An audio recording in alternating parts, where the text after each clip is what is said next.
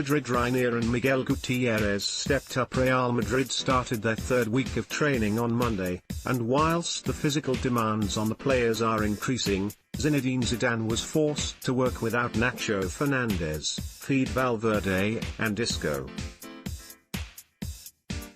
Wednesday's session was mainly physical work, and in the absence of the aforementioned players, Reinier, Jesus and Miguel Gutierrez were called up from the club's youth system. Valverde and Nacho were both left out as a precaution after 2.5 weeks of what has essentially been pre-season work for Los Blancos' senior squad. The session began with a minute's silence in memory of the victims of COVID-19, with Zidane later dividing his players into two groups of 14, who then completed sessions with Gregory Dupont, the club's fitness coach.